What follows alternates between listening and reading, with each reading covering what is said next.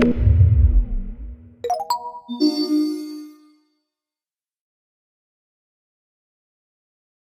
everyone, and thank you for joining us here. I hope you all enjoyed this morning's portion of the course and that hopefully you learned something. Been getting a lot of great questions coming in via Slack, so please don't hesitate to ask some more as they come up.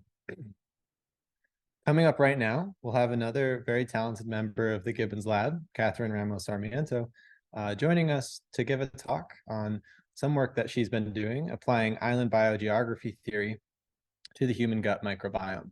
I encourage you to listen and learn something from her as well.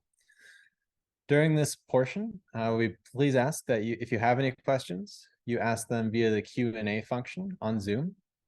You can also vote on other people's questions there.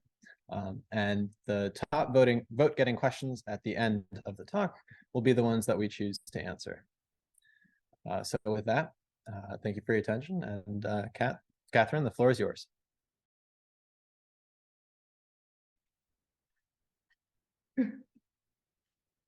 Hi, everybody. Let me just share my screen.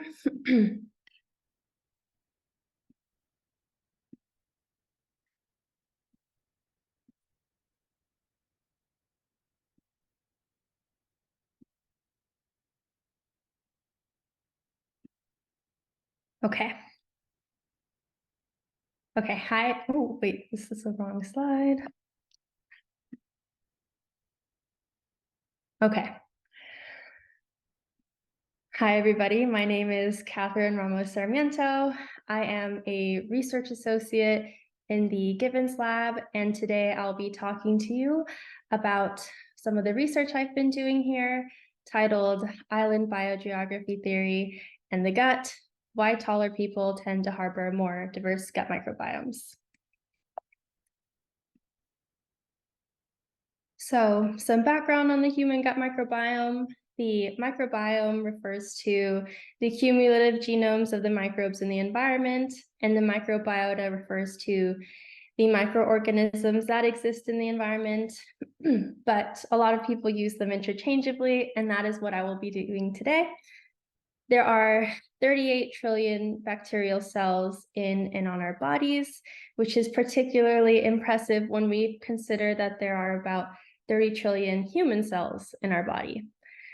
From the moment we are born, we are exiting a sterile environment and entering the world, and we are immediately colonized by a diverse community of commensal microbiota that will grow and develop with you and that you will take with you throughout your life. These microbes live all around the human body, such as the mouth, the vagina, the lungs, and the skin, but the majority of these microbes live in our guts, and they can have great impacts on the health of the host. So some of the ways that the human gut microbiome can affect the host.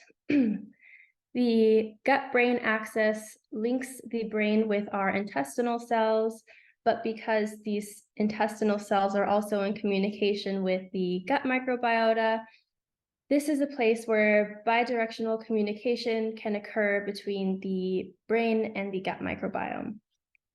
Additionally, as our gut microbiota grow and feed, they are producing metabolites that can enter the bloodstream and affect distal sites of the body. Previous work in our lab has shown that a large portion of the metabolites in the blood are associated with cross-sectional variation in the host microbiome. In relation to this, metabolites produced by our gut microbiome can also cross the blood-brain barrier and affect mood and cognition. Another metabolite of interest is trimethylamine, which is produced by the microbiota when we eat choline or carnitine, which is a chemical compound that you will typically get from meat or fish or even tofu.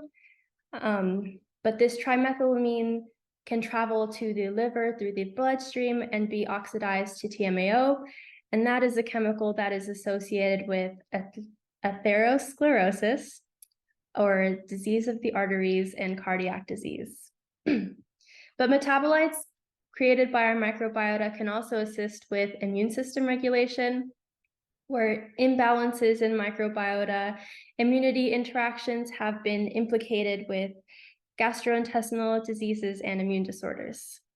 And finally, the commensal bacteria residing in our gut can prevent the colonization of pathogenic bacteria via niche saturation, nutrient competition, altering the pH of our environment, or modulating the immune system. So if I were a pathogen trying to invade through the stomach, I would have a lot of trouble because the entire community is already saturating all those niches. There's not any metabolites that I can really take advantage of. So having a diverse gut microbiome can be very helpful. As you may have guessed, we are going to be discussing MacArthur and Wilson's theory of island biogeography. On the right, well, before I start that, island biogeography theory is an ecological theory posited by MacArthur and Wilson that is a classic neutral model of species immigration, emigration, birth, death, and speciation and extinction. On the right is a plot describing the island distance effect, which predicts that as islands get further away from the mainland, the rate of immigration gets lower, and so islands further away will have a lower amount of species at equilibrium than near islands.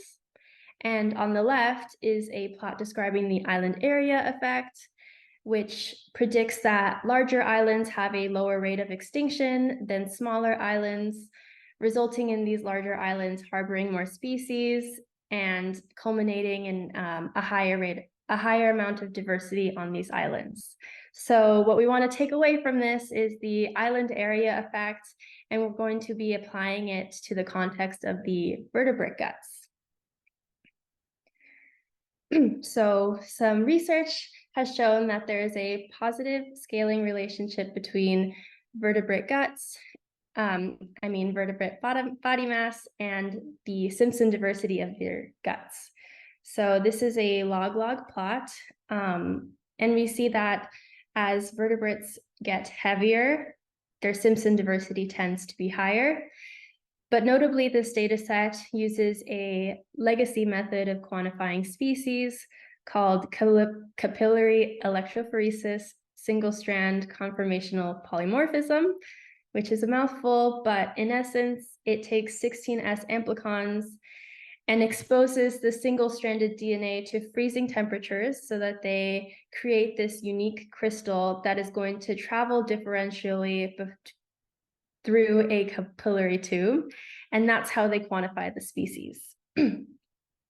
So the first step that we did in our analysis was compare this data set to two other vertebrate data sets that use a more modern method of species quantification that we all may be very familiar based on today's class, 16S amplicon sequencing. So on the left, we have the Song and the Grucine data set, and on the right, we have that plot that I just showed you before. And we can see that this signal, this scaling relationship between mass and Simpson's diversity is consistent. The variance explained is hovering around 50%. And this notably that these plots are both log transformed, and we're reporting this R-squared value from ordinary least squares regressions. But overall, we see that it's consistent. Other methods of species quantification, using other methods of species quantification yields similar results. So the next step was trying to see if this scaling relationship is detectable at the human scale. So here on the left we have the Aravel data set, and on the right we have the American Gut data set. These are two very large human cohorts, and we have their heights on the x-axis and their Simpson's diversity on the y-axis. What we do see is that the variance explained is much lower than in our vertebrate data sets. However, It's there, it's statistically significant. We're reporting this R-squared using ordinary least squares regression, using the covariates age, sex, bowel movement frequency, body mass and body mass index in order to take away that signal, because we know that those covariates are also associated with Simpson's diversity. And even with all these covariates included, we're still getting that, that signal. And to elaborate on what these other covariates can do to the Simpson's diversity, the health of somebody as they age determines the direction that age affects alpha diversity. So if you are a less than healthy older individual and you're living in an assisted living facility, there is a decline in alpha diversity with age, while healthier older people who are living in the community show a decline in core taxa, but increased alpha diversity with age. As for sex, females tend to have higher alpha diversity compared to their male counterparts, and obesity and BMI are both negatively associated with gut alpha diversity. Finally, bowel movement frequency is negatively associated with gut alpha diversity, with individuals experiencing constipation showing higher gut diversity and individuals experiencing diarrhea showing lower gut diversity. So we have this signal, we found it in humans, and the next step that we wanted to do was reproduce it in silico. And what we do is we created this individual-based model. So this is a schematic of how that model works. We wanted to demonstrate a mechanistic link between intestine size and alpha diversity. So each set of simulations has a bunch of randomly selected parameters: the immigration rate, the reproduction rate, the death rate, and the length of the system.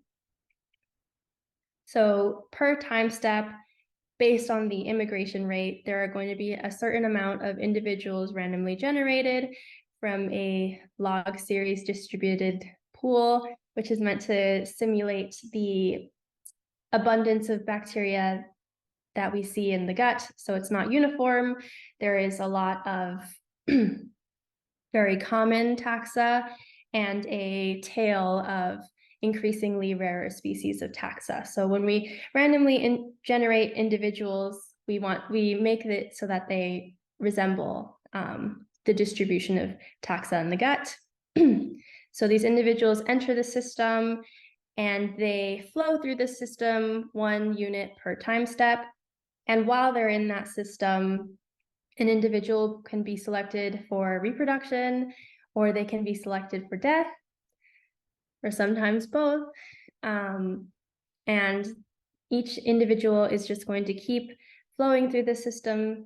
And unless they die, they will eventually flow out of the system. And at the end of the simulations, we calculate the Simpson's diversity of the system. So what we did with this individual-based model is we ran 2 sets of simulations, each with 1,000 simulations. But the first one is simulated with lengths that differed by an order of magnitude to resemble the differences in vertebrate sizes. And the other set had lengths that only had a 2-fold difference in the system length in order to resemble the difference in adult human body sizes. And what we can see in our simulated data is that the results are mirroring our empirical data, where the larger scale is yielding a higher amount of variance explained, and the simulations on a lower, smaller scale still have this signal, but the R-squared is much lower. So with that, we can see that in a model, we can replicate what we see in vivo with this positive scaling relationship between body size and Simpson's diversity. So why does this matter? Why would we care? I'm going to go into the clinical implications of island biogeography theory, explaining the variance of Simpson's diversity in the gut. So we do know that lower gut microbiome alpha diversity has been associated with greater susceptibility to enteric infections because your commensal gut microbiota can outcompete pathogenic invaders via niche saturation and nutrient competition. And a relevant enteric pathogen that I think we've all heard of is C. diff. So because we've already gone into it a little bit, I'll keep the background on C. diff infections brief, but C. diff infections, or CDI, are one of the most common form of hospital-acquired colitis, which is a fancy word for inflammation of the colon, and they infect about 500,000 people in the United States annually. Symptoms include diarrhea and colitis, as I mentioned, and disruptions in the gut microbiome, such as taking antibiotics, can make one more susceptible to infection by C. diff, with recurrent illness especially common amongst individuals with low alpha diversity. Another important piece of information before I go into the next set of plots is the impact of diet on alpha diversity.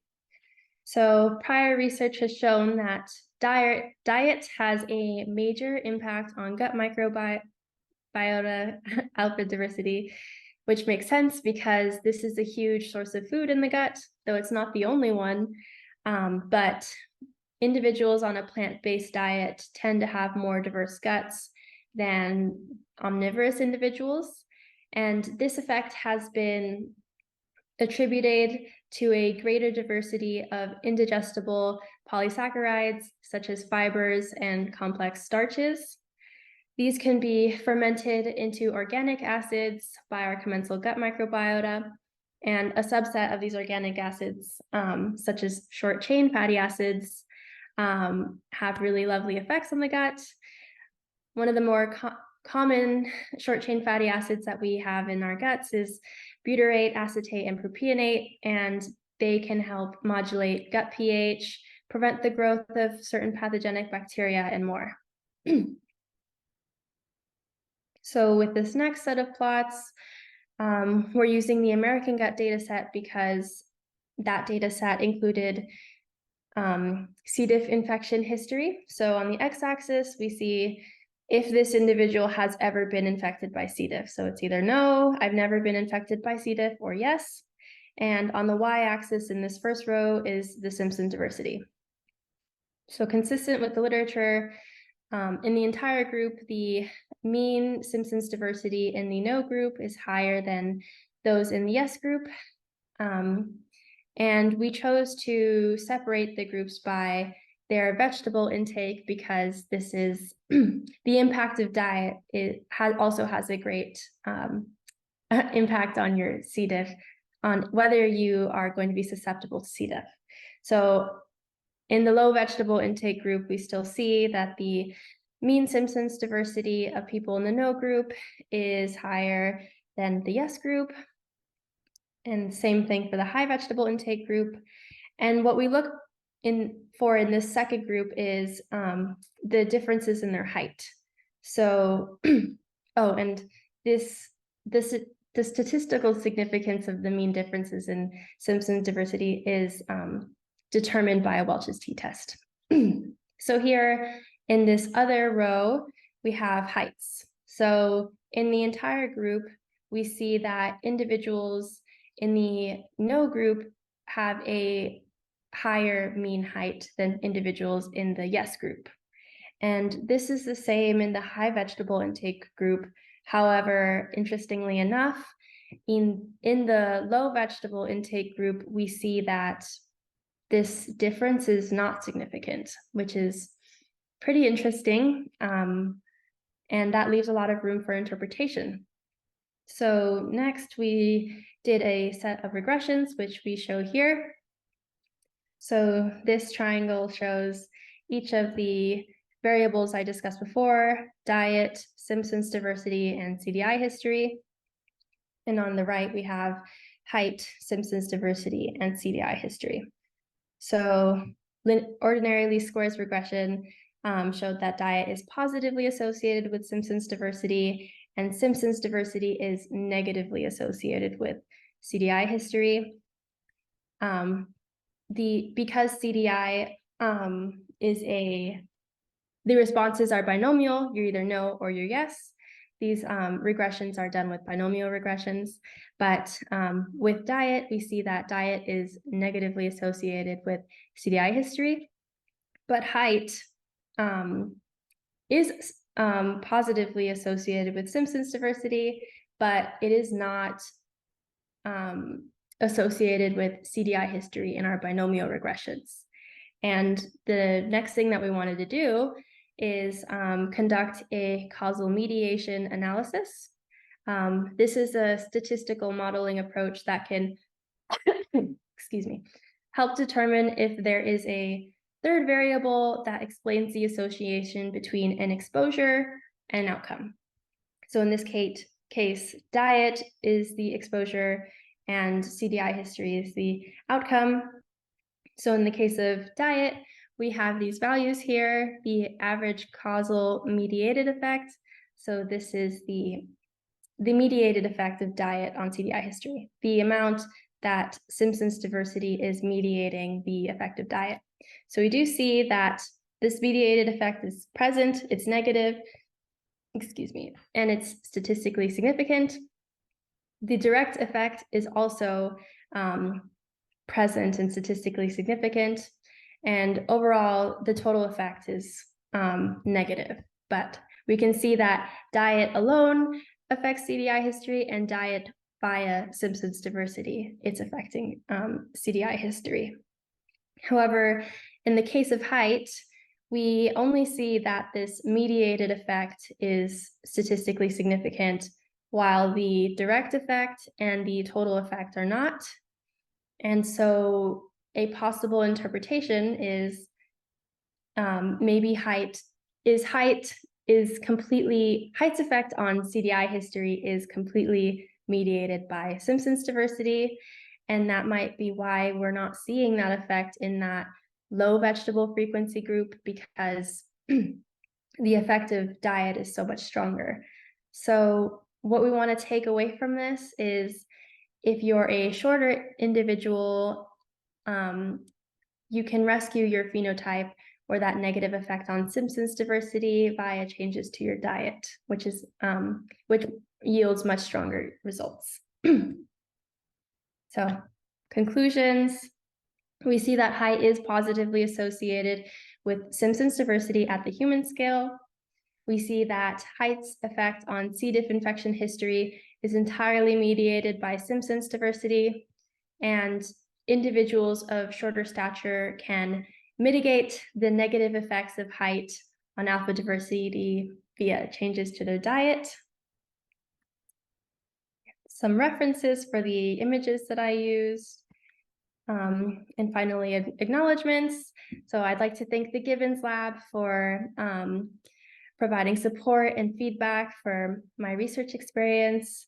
I'd like to thank Ken Losey for co-creating the individual-based model that we use to create those in silico simulations. And I'd like to thank Florent Mazel for providing the song dataset, one of the vertebrate datasets that we used in those vertebrate plots, as well as the Washington Research Foundation and the NIH for funding my research. And that's all I have for you today. So I'm open for questions now.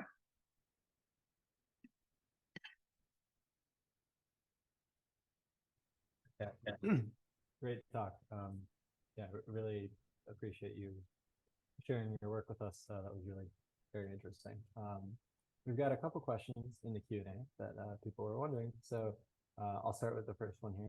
Did you see any diet effects within the vertebrate animals that you tested? Yes. So in our animal data set, we can see that whether they're carnivorous, herbivorous, or omnivorous. And in each respective data set, we see that there's a significant association with diet. However, it's not consistent. So if you're an herbivore, the effect of herbivory is different. It's in the opposite direction in one data set versus the other. So that's interesting. I'm still trying to kind of look into that more and figure out why that might be. But yes, we were interested in the impact of diet in our vertebrates as well. Very cool. And very cool stuff. All right, another question that's just popped up. What kind of diets do you think would mitigate the effects of height? Eating more vegetables, I would say, or eating more plant-based foods, because as we said before, all the fibers and the complex polysaccharides are very nice fuel for the commensals to make some pleasant chemicals in the gut. Super interesting. I think that's what your data backed up as well, is that more vegetables seem to be a good thing. Another question, do we know if height and gut length are actually correlated? Yes. So the literature can be mixed at times just due to different methods of measuring the different parts of the gut. But as a whole, yes, height and gut length are associated, positively associated. Very cool. Okay. So another question that's just come to the Q&A.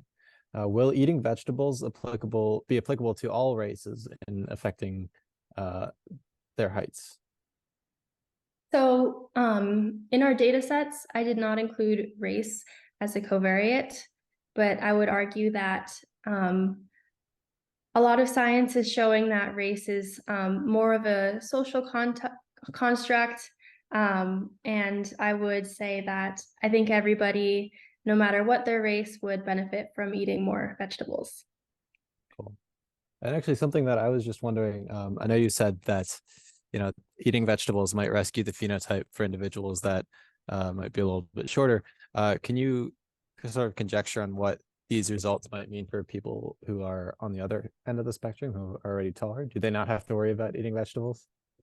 Who are taller, I would say they should still eat their vegetables, just because the the effect size of height is pretty small. So as compared to diet, so I think there would be still benefits to those taller people, to the alpha diversity of their guts, even though they are winning in that regard and getting a little boost in their alpha diversity. Totally. All right. Well, it looks like that's all the questions that we have. I think I see one more. Oh, yes, sorry. A couple more have just popped up here. Yeah. Was there any evaluation of the DNA impact on the microbiome? I can Maybe you can. Can you rephrase your question, maybe? I think I don't understand. Yeah, perhaps you can rephrase your question and we'll see if we can answer that as well. But while you do, do we think the effects of diet would be personalized as they are for SCFA production in terms of non-responders or even the loss of diversity? Yes, yeah. So previous research by our lab has shown that there's a subset of people who, even though they're eating more fiber, they're not responding with more SCFAs. So there's definitely some room for more interpretation in that regard. But yeah, that would be very personalized as well, based on your gut microbiome. Okay, so we have a clarification on the previous question. For humans, DNA SNPs have been shown to impact the microbiome. Yeah, I think that's been determined. I don't know, Kat, if you have anything to add in, within the context of your work. Yes, so individuals' genotypes were not used in my analysis, but that would be a really interesting way to further look into this. Like maybe that's the key for why we're seeing that height association disappearing in that low vegetable group for CDI history. Yeah, thank you, Ken. Well, thank you so much for sharing your work with us here today, Catherine. If there's any more questions, feel free to reach out on Slack, and I'm sure we'd be happy to answer those questions as well. But yeah, thank you so much for taking the time to share your work, and thank you to all of our participants for listening. And now we'll have Christian Diener will be giving us some closing notes for today's part of the course.